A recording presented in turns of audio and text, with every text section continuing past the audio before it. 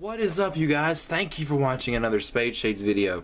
Today I'm very proud to bring you a special edition of one of my videos that I'm bonus footage Friday. I don't know. I guess I'm gonna start doing this, I don't know, maybe one Friday a month. I don't know. I don't really know if it's even gonna be a thing, but I don't usually post videos on Friday, but today I'm gonna post one. So yeah, I'm very proud to bring you a deck review over one of the newest decks, actually the newest deck from Theory 11, the Mailchimp playing cards.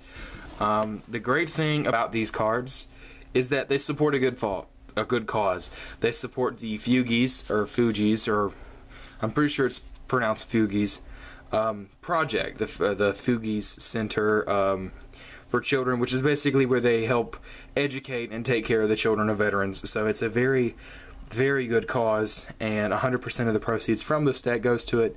Like I said, these are the Mailchimp playing cards, and they support the Fugees campaign.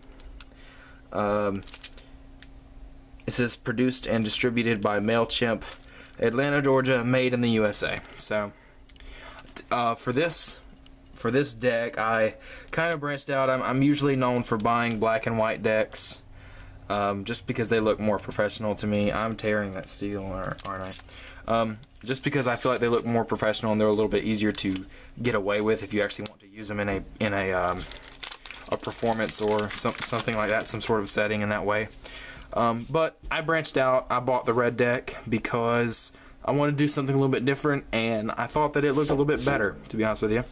So, outside from the tuck box, this is weird, okay? The way it feels is awesome. It's great. It feels like any other Theory 11 tuck box with the same card stock. Great feel to it. But it's almost like it's reverse embossed.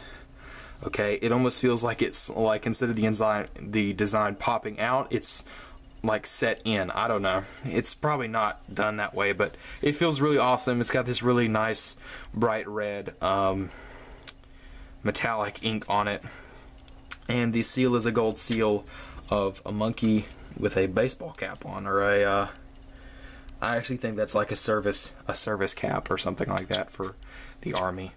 But anyways, beautiful tuck box. It's blue.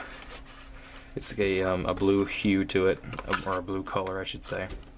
So, anyways, that's what you get in your tuck box. Now, if you've watched any of my videos, you know that I'm going to be pulling up still images as I show these cards, like the Jokers and the Ace of Spades. So, I'll go ahead and start showing you the Jokers here. Now, as you'll see, the two Jokers, there is a difference in color, but they have the same design, which, if you kind of think about it, could show you a you could do a color reveal with this, is what I'm trying to say. I'm sorry, it's really hot, so I'm having a hard time finding my words. And next is the Ace of Spades. It's a big fat spade with the monkey logo in the center, the monkey face, and some pretty nice embroidering and heraldry, or whatever, I guess whatever you would call that, around it. It's a very nice design. And the spades in this deck are fat. Pretty much everything in this deck is fat. They have fatter diamonds and fatter spades and that kind of stuff. But it's a very cool deck in that respect. The court cards are monkeys. They're all monkeys. You probably guessed that from the name Mailchimp. They kind of follow that same motif that like the Animal Kingdom cards follow, where they had every card was like a different animal face. So I'll be pulling up still images of those and all that kind of stuff. You're probably gonna be staring at some still images for a little bit here as I'm talking, and I'll pull up some examples of the pips and how fat and different they look, but they're very cool, very cool. So going back to what you get in the deck, you get a card, an advertisement card that seems to be from a www.yaniv.co. This is, are you tired of playing by someone else's rules? Play the hot new card game Yaniv, new and improved, free, the only game where you make up the rules. Only with Yaniv can you make up your very own rules. Yaniv uses its very own patent-pending framework technology, letting you create all the rules. So go to www.yaniv.co.